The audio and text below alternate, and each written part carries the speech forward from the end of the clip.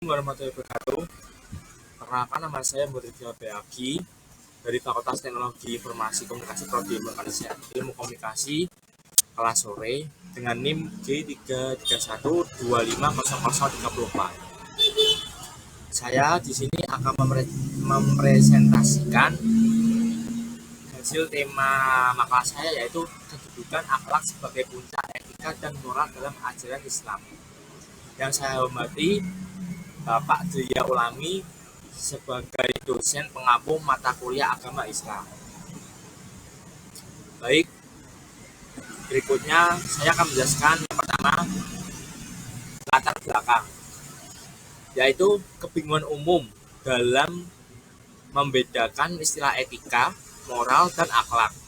Etika atau dalam kurung bersumber dari akal, dan moral dalam kurung dari adat, cenderung bersifat relatif dan terbatas. Islam menawarkan konsep akhlak yang komprehensif, bersumber dari wahyu atau absolut. Terus, memahami posisi secara akhlak sangat penting untuk memahami ajaran Islam secara utuh. Selanjutnya, ada rumusan masalah. Yang pertama itu, apa definisi mendasar etika, moral, dan akhlak. Yang kedua, apa perbedaan dan persamaan signifikan antara ketiganya. Yang ketiga, bagaimana landasan dan sumber pembentukan akhlak dalam Islam. Dan yang keempat, mengapa akhlak diposisikan sebagai puncak dari etika dan moral.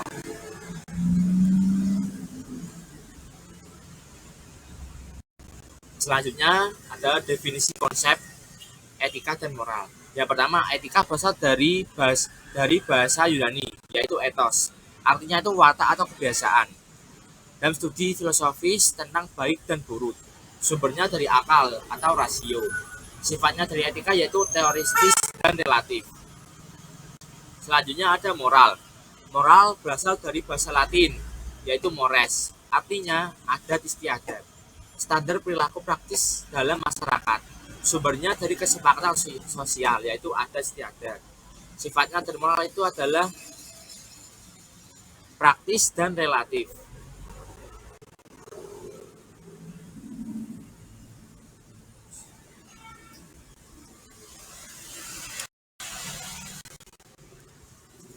Selanjutnya yaitu definisi konsep akhlak.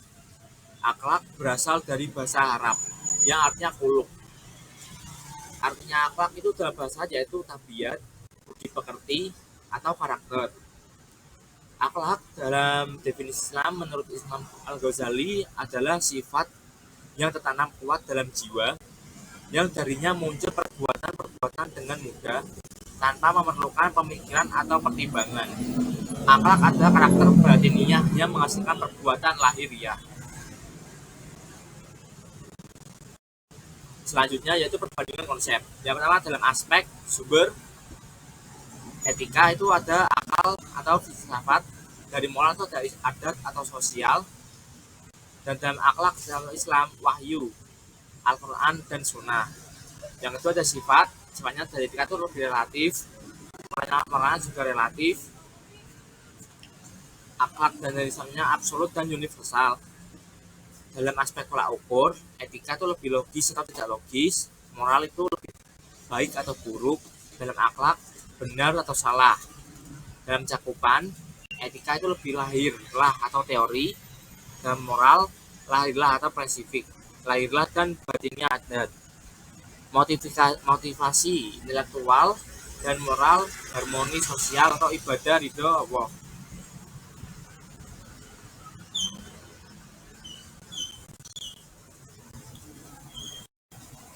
Selanjutnya landasan akhlak atau Al-Quran. Al-Quran adalah sumber primer dan pedoman utama yang menetapkan standar akhlak. Pujian Allah SWT kepada Nabi Muhammad SAW, yaitu dan sesungguhnya engkau dalam kurung Muhammad benar-benar berbukti pekerti yang agung. Quran surat Al-Alam ayat 4. Selanjutnya adalah landasan as-sunnah. Ada landasan akhlak dari as-sunnah. Rasulullah SAW adalah perwujudan praktis dan teladan terbaik atau uswatun hasanah. dari akhlak Al-Quran. Ketika Aisyah ditanya tentang akhlak Nabi, beliau menjawab, akhlak beliau atau Nabi adalah Al-Quran. Sunnah menjadi panduan operasional dalam berakhlak.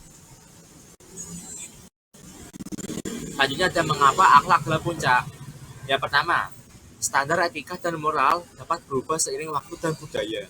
Standar akhlak Islam bersumber dari wahyu, sehingga bersifat tetap, stabil, dan berlaku universal.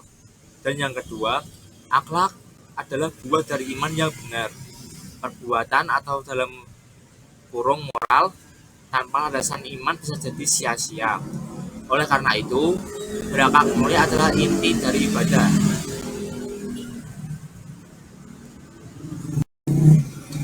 Selanjutnya adalah puncak risalah Islam.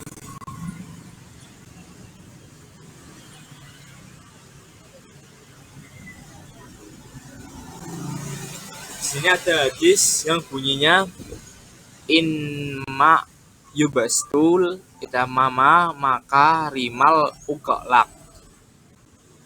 akhlak. Sesungguhnya aku Rasulullah SAW diutus hanyalah untuk menyempurnakan kemuliaan akhlak. Hadis riwayat Baihaqi.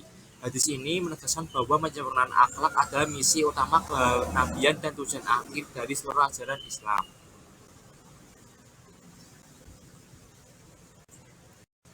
Dan selanjutnya ada kesimpulan. Akhlak bersifat absolut, bersumber dari wahyu, yaitu Al-Quran dan Sunnah. Dan yang kedua ada etika dan moral bersifat relatif, bersumber dari akal dan adat. Akhlak adalah punya karena ia adalah manifestasi iman dan ini dari ibadah. Dan yang terakhir, misi utama risalah Islam adalah penyempurnaan kemuliaan akhlak yang mengintegrasikan sekaligus melampaui etika dan moral.